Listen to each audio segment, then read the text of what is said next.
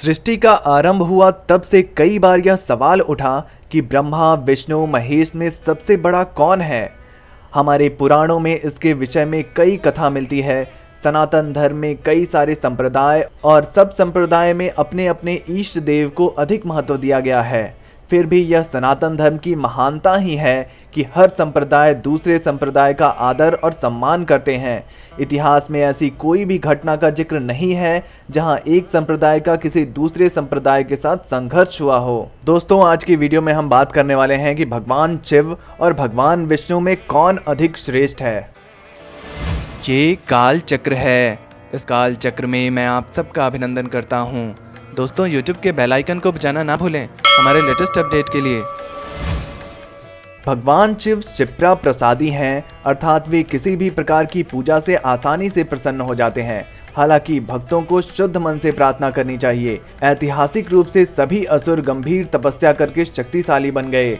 इससे कई लोगों में अराजक और हिंसक माहौल पैदा हो गया, क्योंकि वरदान प्राप्त करने की पीछे की मंशा दुर्भाग्यपूर्ण थी। इसका अर्थ यह है कि भगवान शिव को अक्सर भोलेनाथ क्यों कहा जाता है, क्योंकि वह पीछा करने की पीछे की मंशा पर सवाल किए बिना आपकी भौतिक इच्छाओं को पूरा करेंगे। दोस्तों, यह पहली बार नहीं है जब इस तरह के प्रश्न उठे हैं। त्रिदेवों की श्रेष्ठता पर अनेक प्रसंग मिलते हैं, जिनमें एक भृगु ऋषि की वो कथा आती है जब वो त्रिदेवों की श्रेष्ठता परखने के लिए स्वयं इनके पास गए थे। और दोस्तों, आप तो भली भांति जानते होंगे तब ब्रह्मा जी शिव जी ने उनका अनादर किया था, परंतु श्री हरि के वक्ष स्तर पर लात मारने के बावजूद उन्होंने एक सेवक की तरह उनका स्वागत किया, जिसके बाद सप्तऋषि संतुष्ट हो गए कि भगवान नारायण ही श्रेष्ठ हैं। इन कथाओं के बावजूद मुझे लगता है कि इन तीनों में कौन बड़ा और कौन श्रेष्ठ है, यह तुलना हमारे जैसे मनुष्य नहीं कर सकते।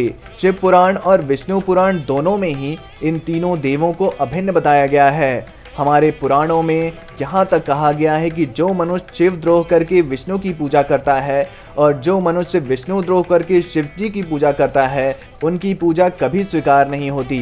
गीता में श्री कृष्ण ने कहा है, रुद्रों में मैं शंकर हूँ। इसका मतलब यह होता है कि जो रुद्र है वह कृष्ण है और जो कृष्ण है वही रुद्र है। गीता में श्री कृष्ण ने कहा है कि जो भक्त मुझे जिस तरह भजता है मैं उसे वैसे ही रूप में प्राप्त करता हूँ। इसका मतलब यह होता है कि ब्रह्मा विष्णु महेश वास्तव में एक ही परम तत्व हैं। जब यह तीनों एक ही परम तत्व हैं तो यह तुलना करना संभव नहीं है कि कौन बड़ा है। तुलना तो वहाँ की जाती है जहाँ दूसरा कोई मौजूद न हो। दोस्तों, यजुर्वेद के इन श्लोकों से स्पष्ट हो जाएगा कि कौन अधिक श्रेष्ठ है।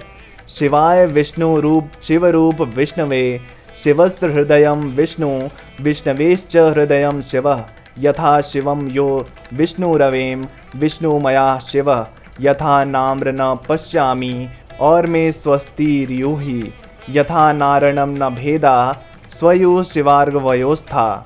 अर्थात शिव विष्णु का वास्तविक रूप है और विष्णु शिव का वास्तविक रूप है। शिव विष्णु के हृदय में और विष्णु शिव के हृदय में निवास करते हैं। विष्णु उसी जगह मिलेंगे जहां आप शिव को पाते हैं और इसके विपरीत भी यही होता है। भगवान शिव और भगवान विष्णु एक स्पेक्ट्रम के दो छोर पर हैं। मैं आपसे सवाल करना चाहूँगा कि जीवन में किसी भी कठिनाई का सामना करते समय आप सबसे अधिक किसके प्रति आकर्षित होते हैं? यह आसानी से जवाब देता है कि आपका इष्ट देव कौन है। दोस्तों, भगवान शिव और भगवान विष्णु में कौन अधिक श्रेष्ठ है, इस पर आप अपने विचार कमेंट बॉक्स में जरूर लिखिए। वीडियो पसंद आई है तो वीडियो को लाइक और शेयर जरूर करें। धन्यवाद।